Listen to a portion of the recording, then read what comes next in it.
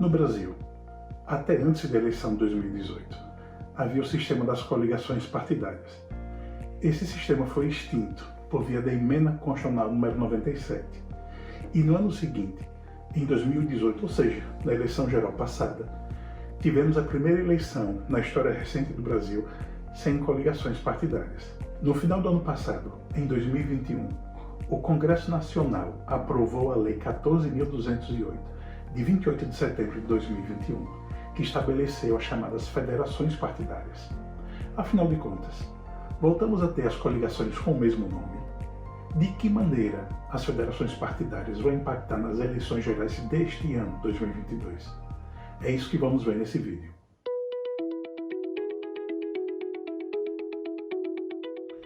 Antes de explicarmos o impacto das federações partidárias na eleição 2022, vamos entender um pouco como chegamos até aqui. O sistema eleitoral brasileiro permitia as coligações entre partidos até 2017. A coligação se via como um agrupamento de partidos durante o período eleitoral apenas. Terminada a eleição, a coligação era dissolvida e cada partido seguia seu caminho. Havia, na prática, dois grandes problemas relacionados às coligações partidárias. O primeiro problema é que, nos cargos do sistema proporcional, ou seja, para a eleição de vereadores, deputados estaduais e deputados federais, o voto em um determinado candidato, na verdade, contava primeiro para toda a coligação. O que isso significava na prática? Que um eleitor, mesmo que votasse em um candidato específico, que a gente chama isso de voto nominal, quando você escolhe uma pessoa especificamente e vota nela, que é como majoritariamente a gente costuma fazer no Brasil, e estava elegendo, mesmo sem sua plena consciência, o conjunto de candidatos de determinada coligação. Vou dar um exemplo. Imagine que os partidos A, B e C estavam coligados. Vamos chamar essa coligação de Frente ABC. Eu votei em um determinado candidato do partido B, por exemplo, mas que não teve votos suficientes para conseguir uma vaga. O meu voto não ficou perdido. O meu voto contou para a Frente ABC, ou seja, os candidatos mais bem votados, tanto do partido A quanto do partido B, foram contemplados com o meu voto. Pode ser até que eu tenha ajudado a eleger alguém que eu não queria ver no poder, de um partido diferente do meu candidato.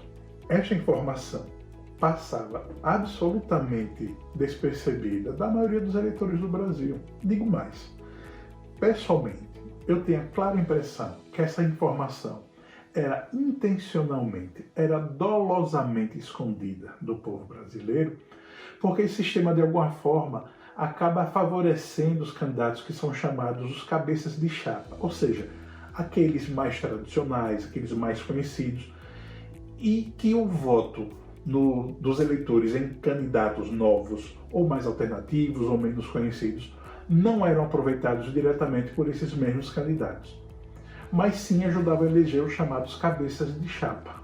Esse sistema também gerava um outro problema, que era o da coligação, que buscava se aproveitar do chamado puxador de voto. Alguns candidatos, como Tiririca, Neto Carneiro e tantos outros, eram fenômenos eleitorais que atraíam o voto de milhões de eleitores. A votação deles era tão expressiva que acabava puxando a votação de outros candidatos que eram muito poucos expressivos e que faziam parte da mesma coligação. Com a criação das federações, não acabou a ideia do puxador de voto.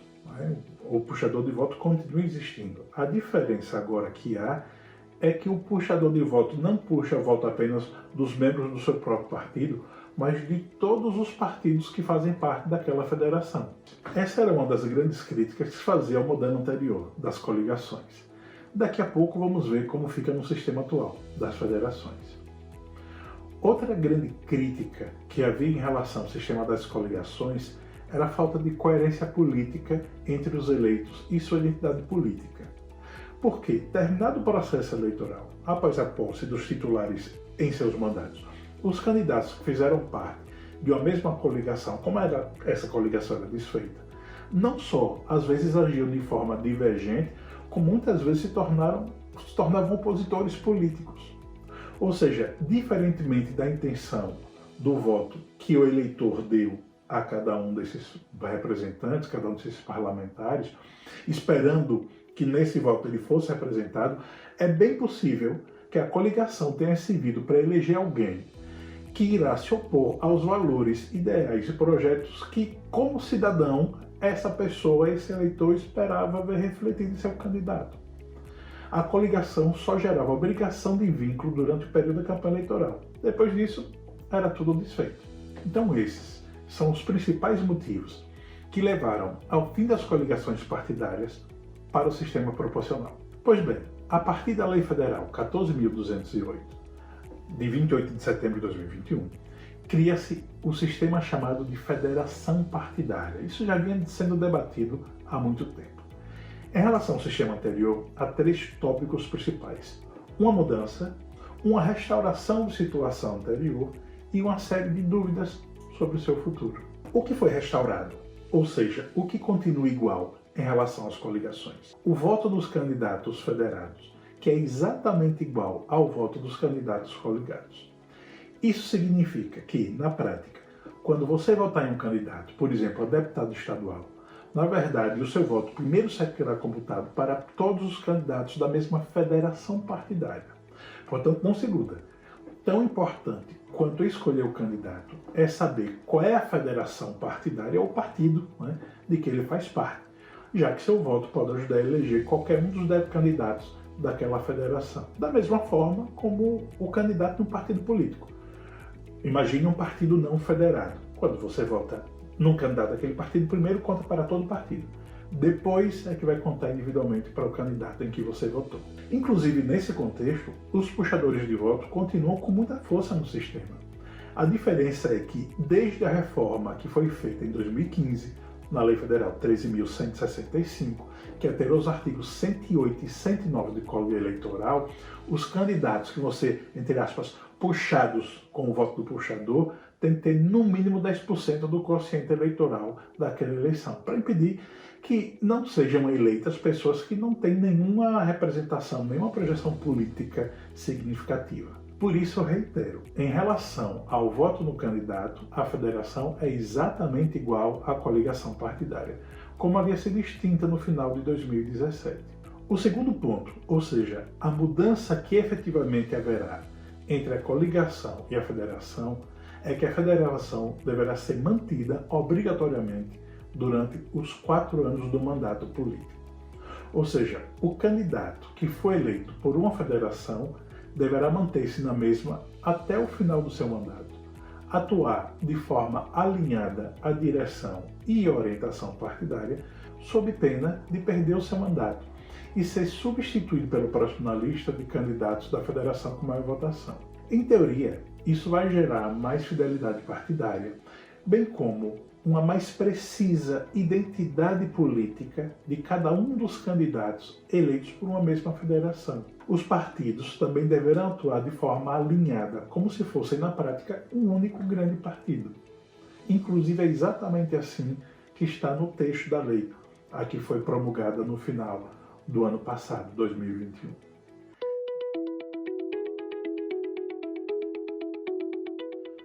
Nesse momento, no Brasil temos registradas 3 federações partidárias. A primeira a ser registrada, em 24 de maio desse ano, foi a Federação Brasil da Esperança, que une o Partido dos Trabalhadores, o PCB e o Partido Verde. 2 dias depois foram registradas a Federação PSDB Cidadania, que junta esses 2 partidos, o PSDB e o Cidadania, e a Federação PSOL Rede, que junta o PSOL e a Rede Sustentabilidade. E o terceiro e último ponto, há uma série de dúvidas que só teremos a resposta nos próximos meses e anos, após essa eleição geral de 2022. A primeira e mais comum delas é saber se as federações serão de fato mantidas ao longo dos próximos 4 anos. Se já é comum ocorrerem divergências dentro do próprio partido, imagine entre pessoas de diferentes partidos políticos, com a conjuntura política ainda tão instável, e seriam obrigadas a manter-se federadas até o final do mandato, durante esses 4 anos. Pessoalmente, eu creio que esse é o ponto mais difícil de ser sustentado de forma plena ao longo dos próximos 4 anos pelas atuais federações. É que no meio político é muito comum que ocorram chamados rachas, né? E fazem parte da própria dinâmica política.